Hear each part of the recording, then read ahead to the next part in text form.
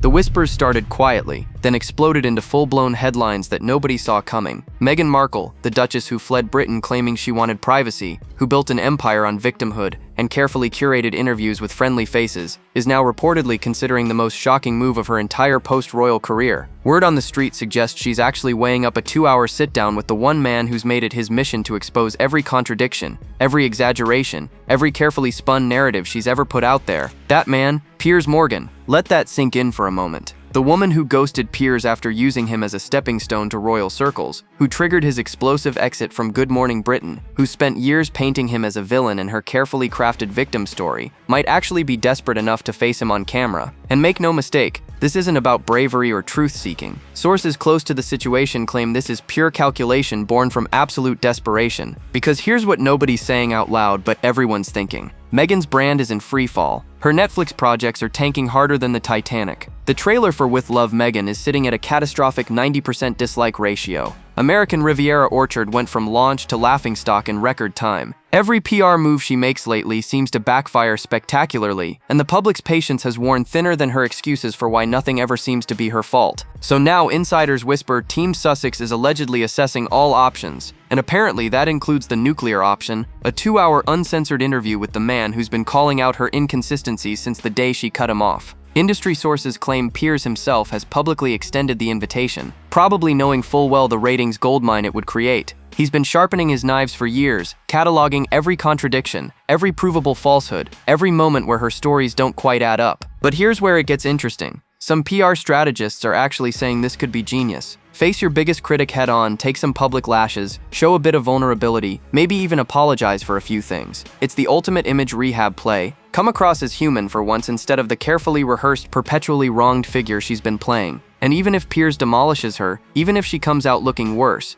there's a strange calculation at play. Some viewers might see her as brave for showing up. Others might cast Piers as the bully attacking a woman on camera. It could backfire in her favor just by existing. The question everyone's asking now is whether she actually has the guts to go through with it. Because this isn't Oprah's couch with pre-approved questions and sympathetic nodding. This would be a battlefield, and Piers Morgan doesn't do mercy. To understand why this potential interview is so explosive, we need to rewind to where it all started. Back in 2016, before the tiaras and the tearful tell-alls, before she became the Duchess of Sussex, Meghan Markle was just another cable TV actress hustling for relevance in Hollywood. She wasn't a household name, she wasn't royalty. She was ambitious, calculated, and very much aware that connections mattered more than talent in the game she was playing. That's when Piers Morgan entered the picture. He's told this story multiple times, and honestly, it gets more revealing with each retelling. Meghan wasn't some casual fan who happened to cross paths with a British media heavyweight. No, she orchestrated the whole thing. Piers followed a few Suits cast members on Twitter one day,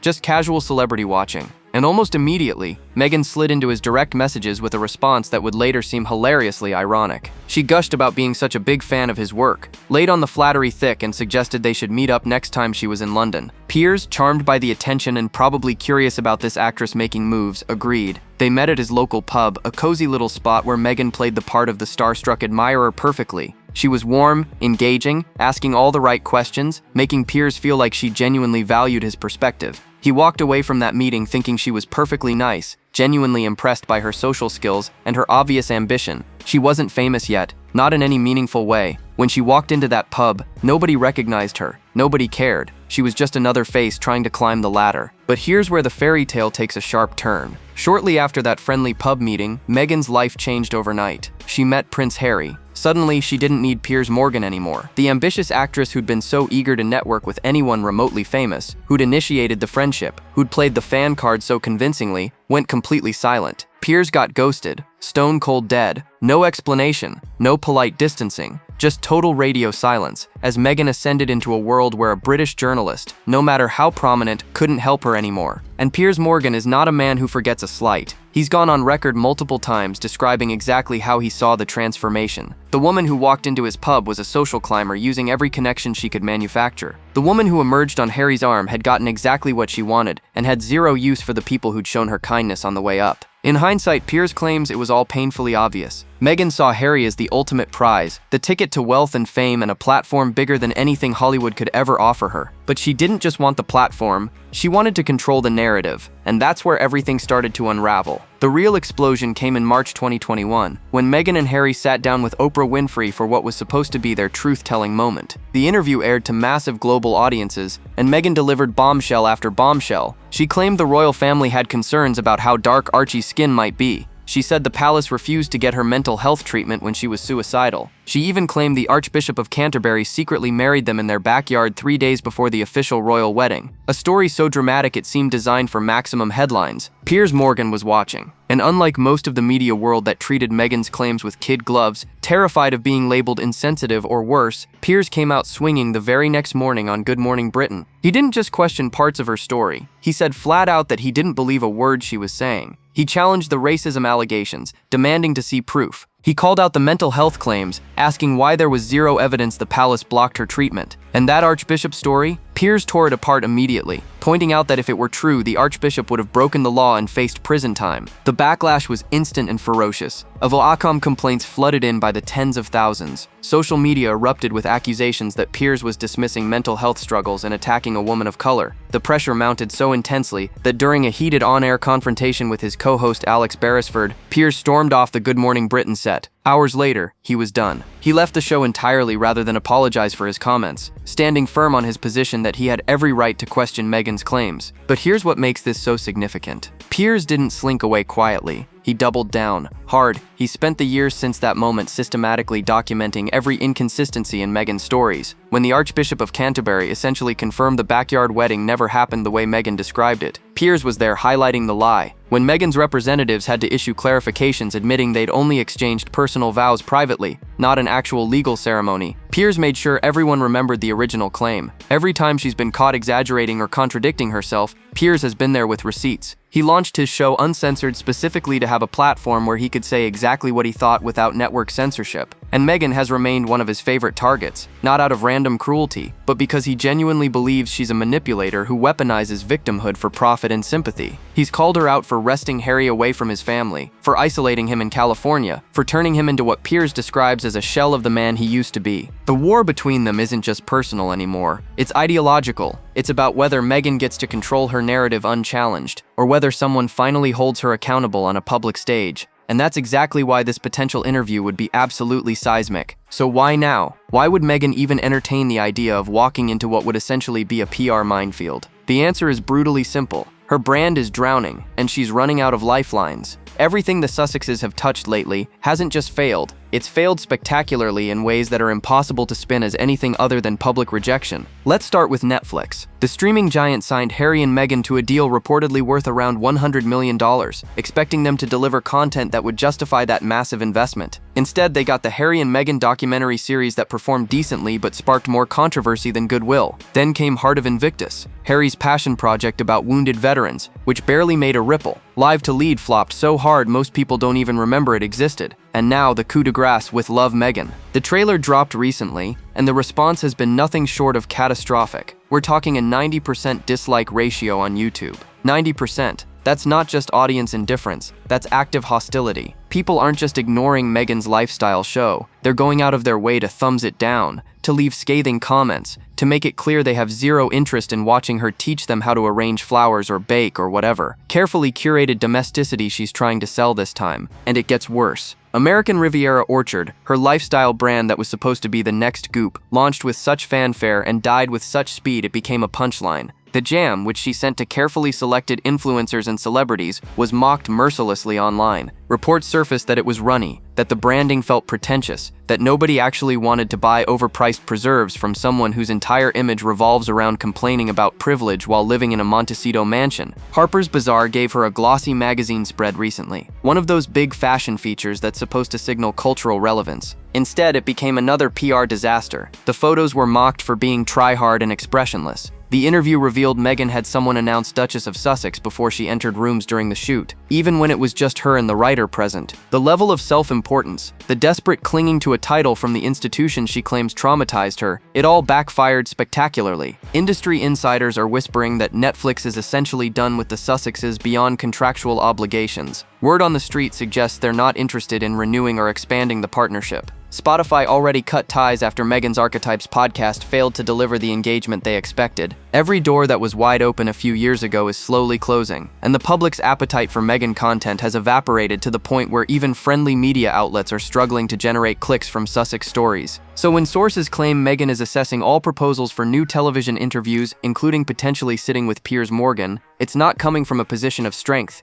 it's coming from desperation. And desperation makes people consider options they'd never touch otherwise. Here's where the strategy gets fascinating, because on paper, sitting down with Piers Morgan sounds like professional suicide. But some PR experts are quietly suggesting it might actually be the smartest move Meghan could make right now. And the logic, twisted as it sounds, actually makes a strange kind of sense. Think about it this way. Meghan's current problem isn't that she has haters, it's that she's become irrelevant to everyone else. The people who already dislike her will continue doing so no matter what. But the broader audience, the ones who might have given her a chance, have simply stopped caring. Her content gets ignored, her projects tank. She's fighting a losing battle for attention in a media landscape that's moved on from the Sussex drama. A 2-hour primetime showdown with Piers Morgan changes that calculation instantly. Suddenly you've got must-see television, global headlines, social media exploding with hot takes, everyone picking sides, and here's the twisted genius of it. Meghan doesn't actually have to win the interview to benefit from it. She just has to show up. Sources close to the situation claim that some strategists believe facing your biggest critic head-on demonstrates a kind of courage that could soften her image. It shows she's willing to take heat, willing to be challenged, willing to step outside the carefully controlled environments she usually demands. Now let's say the interview goes badly. Let's say Piers tears her apart, catches her in contradictions, hammers her on the lies she's been caught in. There's still a segment of viewers who will see Piers as the aggressor, the man bullying a woman on international television. It plays into the victim narrative Meghan has cultivated so carefully. She gets to look brave for showing up,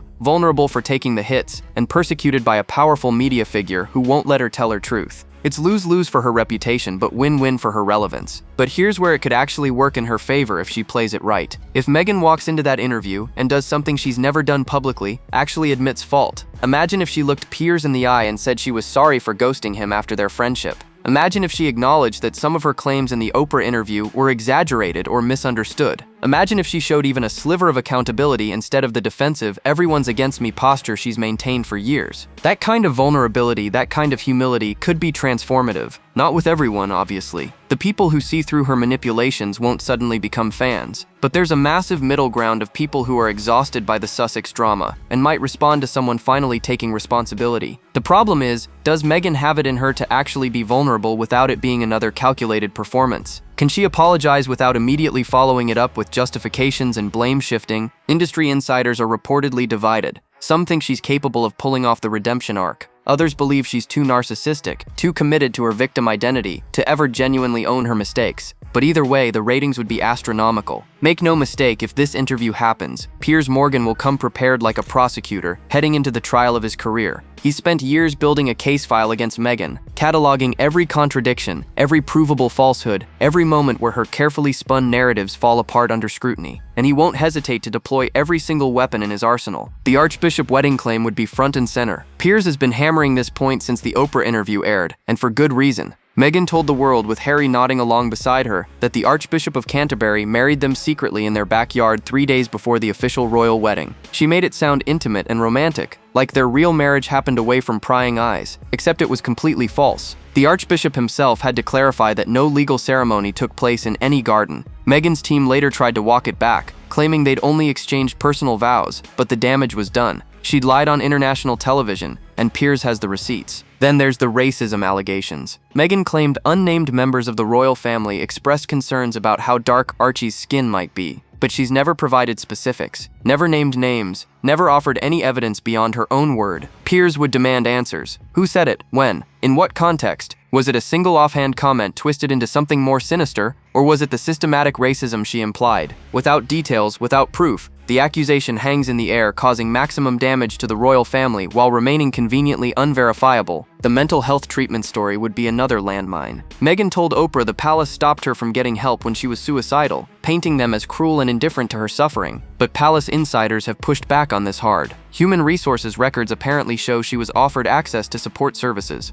The royal household employs doctors and therapists. The idea that they would actively prevent a pregnant woman from seeking mental health treatment seems implausible at best. Piers would press her on the specifics. Who exactly denied her treatment? What was the conversation? Why didn't Harry, a prince with unlimited resources, simply take her to a therapist privately. Beyond the big bombshells, Piers has years of smaller contradictions to work with. The privacy claims while constantly courting publicity, the environmentalist speeches while flying private jets, the feminist advocacy while her staff allegedly faced bullying, the victimhood narrative while living in luxury most people can't fathom. Every hypocrisy, every inconsistency, every moment where her actions don't match her words, Piers has documented it all. And here's what makes him particularly dangerous. He's not some deferential interviewer looking for a friendly conversation. He's personally invested in this. She used him, ghosted him, and then spent years playing victim while he sees her as the manipulator. He's got an axe to grind, and he's sharpened it to a fine edge. If Meghan walks into that studio, she won't be facing tough questions, she'll be facing a reckoning. Behind closed doors, if these negotiations are actually happening, the conversations would be absolutely fascinating. Because securing an interview like this isn't just about extending an invitation. It's a chess match where both sides are calculating what they can extract and what they're willing to sacrifice, and the stakes couldn't be higher for everyone involved. Piers Morgan is a producer at heart, and he understands the game better than most. His uncensored show exists precisely because he wanted complete editorial control, the freedom to ask whatever he wants without network executives pulling him back. But even someone as confrontational as Piers has to weigh the trade-offs. Would he agree to certain ground rules if it meant landing the biggest interview of his career? Industry sources suggest he might be willing to make some concessions, though exactly what kind remains pure speculation. Imagine the negotiations. Team Sussex might demand that certain topics are completely off-limits. Don't mention King Charles's health. Don't bring up the children. Don't ask about the alleged bullying complaints from former staff members. Each restriction would be a battle, with Meghan's people trying to create safe zones, while Piers pushes back, arguing that removing too many topics defeats the entire purpose of an uncensored interview.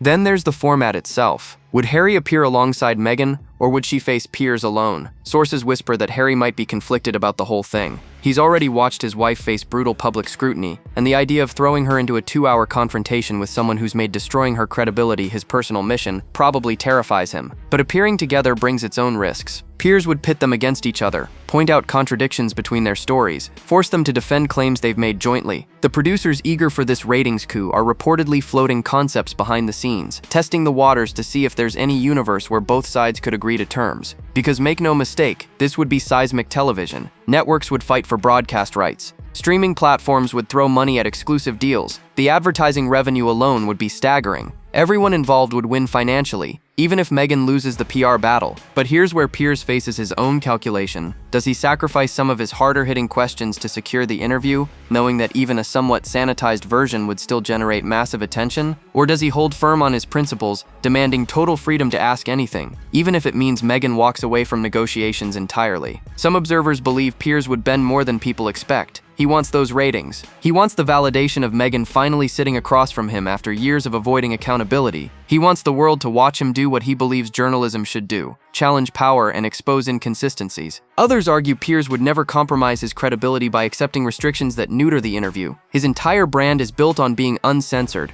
on refusing to play by the rules that protect celebrities from tough scrutiny. Making concessions would undermine everything he stands for, even if it costs him the interview of a lifetime. History is littered with celebrity redemption interviews that were supposed to change everything. Some worked brilliantly, turning public perception on a dime and rescuing careers from the brink. Others became cautionary tales, masterclasses in how not to handle a crisis. So where would a Meghan Piers showdown land? The precedents offer some clues, but they also reveal just how high-wire this gamble really is. Think about Oprah interviewing Lance Armstrong after his doping scandal exploded. Armstrong finally admitted to using performance-enhancing drugs after years of denials, lawsuits, and destroyed reputations of people who told the truth about him. He showed contrition, acknowledged the harm he'd caused, and gave Oprah the confessional moment everyone wanted. Did it save his reputation? Not entirely, but it stopped the bleeding. It gave him a pathway back to some form of public life, even if he'd never reclaimed the hero status he once held. The key was genuine admission of fault combined with visible remorse. Or consider Robert Downey Jr.'s journey back from the wilderness. He didn't do one big redemption interview. Instead, he showed up consistently, acknowledged his past without dwelling on it, demonstrated through actions that he'd changed, and let his work speak louder than his explanations. By the time he became Iron Man, the public had already decided to give him another chance, because he'd earned it gradually, not demanded it in a single television event. Then there's the flip side. Prince Andrew's BBC interview about his friendship with Jeffrey Epstein remains one of the most catastrophic pieces of television in recent memory. He went in thinking he could explain away the allegations, demonstrate his innocence, and move past the scandal. Instead, he came across as arrogant, tone-deaf, and utterly lacking in empathy for Epstein's victims. The interview didn't save him. It destroyed what remained of his public standing and forced him into permanent royal exile. The question hanging over a potential Meghan-Piers interview is which category it would fall into. Does Meghan have the self-awareness to pull off a Lance Armstrong-style reckoning? Can she admit mistakes without immediately justifying them or shifting blame? Or would she walk into a Prince Andrew situation so convinced of her own righteousness that she can't see how her answers are landing with the audience? Here's the brutal reality. Meghan has never demonstrated the ability to accept criticism gracefully.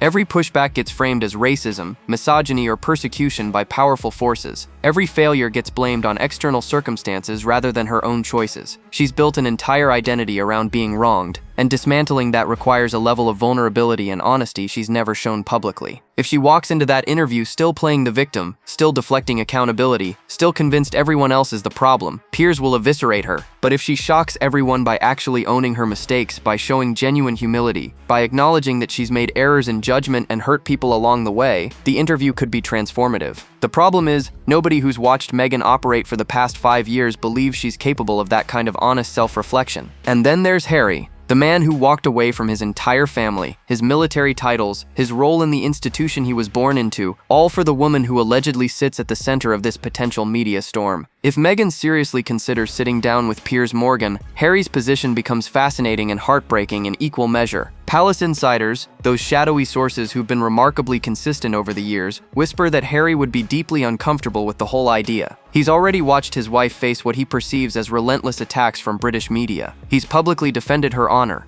burned bridges with his family to support her narrative, and repositioned his entire identity around being her protector. The thought of Meghan voluntarily walking into a confrontation with the man who's arguably done more damage to her reputation than anyone else would likely fill him with dread. But here's where it gets complicated. Harry isn't stupid. He's watched every project they've launched fail to meet expectations. He's seen the public rejection, the thumbs-down ratios, the brutal comment sections. He knows their brand is struggling, that the money won't last forever if they can't produce content people actually want to consume. So even if every instinct tells him to keep Meghan away from Piers Morgan, the businessman in him might recognize that desperate times call for desperate measures. Would he appear alongside her? Industry sources suggest that's one of the biggest questions being debated if negotiations are actually happening. Having Harry there provides backup, someone to jump in if things get too heated, a united front against their shared antagonist. But it also creates new vulnerabilities. Piers could exploit any daylight between their versions of events. He could ask Harry directly about contradictions in stories they've told. He could force Harry to either back up claims that seem implausible or distance himself from his wife's narrative on live television. There's also the question of how Harry's presence would be perceived. Does it make Meghan look weak, like she needs her husband there to protect her from tough questions?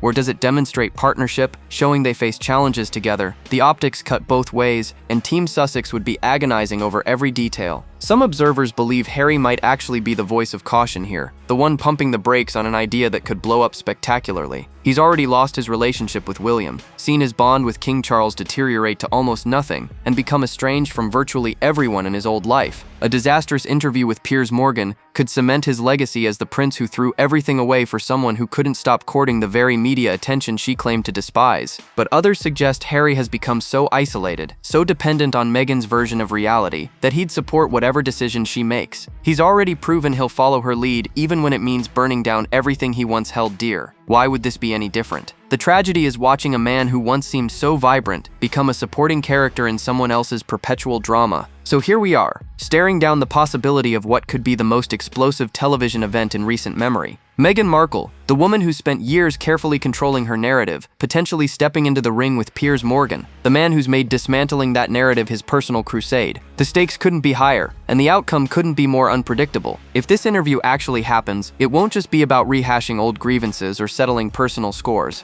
It'll be a referendum on everything Meghan has claimed about herself, her treatment by the royal family, and her version of events that's dominated headlines for half a decade. It'll be the moment where she either proves her critics wrong by demonstrating genuine accountability and self-awareness, or confirms every suspicion that she's exactly the calculated manipulator they've always believed her to be. The calculation she's allegedly making right now is brutal in its simplicity. Stay silent and watch her relevance continue to evaporate, her projects continue to fail, her brand continue its death spiral into irrelevance. Or take the biggest gamble of her public life and face the man who terrifies her most, knowing that even a disaster could generate the attention and sympathy she desperately needs to stay in the conversation. Piers Morgan sits on the other side of this equation, probably hoping against hope that she'll actually go through with it. He's been building toward this moment for years, stockpiling every contradiction, every provable lie, every moment where her stories don't hold up under scrutiny. A 2-hour uncensored interview would give him the platform to lay it all out, to force her to answer for claims she's never had to defend in a genuinely hostile environment. It would be his vindication, his proof that he was right to question her all along. But here's the thing nobody's saying out loud. Meghan probably won't do it. For all the speculation, all the insider whispers about proposals being assessed and options being weighed, the smart money says she'll find a reason to back out. It's too risky, too unpredictable, too far outside the carefully controlled environments she's built her entire post-royal existence around. She'll do another friendly interview instead, somewhere safe, with someone who won't push back when her answers don't make sense. And that might be the saddest part of this whole saga. Because facing Piers Morgan, taking real heat, showing genuine courage under fire, that actually could help her. It could demonstrate growth, maturity, a willingness to be challenged, but it would require her to be someone she's never shown herself to be, someone willing to admit fault, someone capable of humility, someone more interested in truth than image management. So we wait, we watch. We wonder if the Duchess of Sussex has the guts to sit across from her biggest critic and answer for everything she's claimed. Drop your thoughts below. Do you think she'll actually go through with it? And if she does, will it save her reputation or destroy what's left of it? The next chapter of this drama is waiting, and honestly, you won't believe what might come next.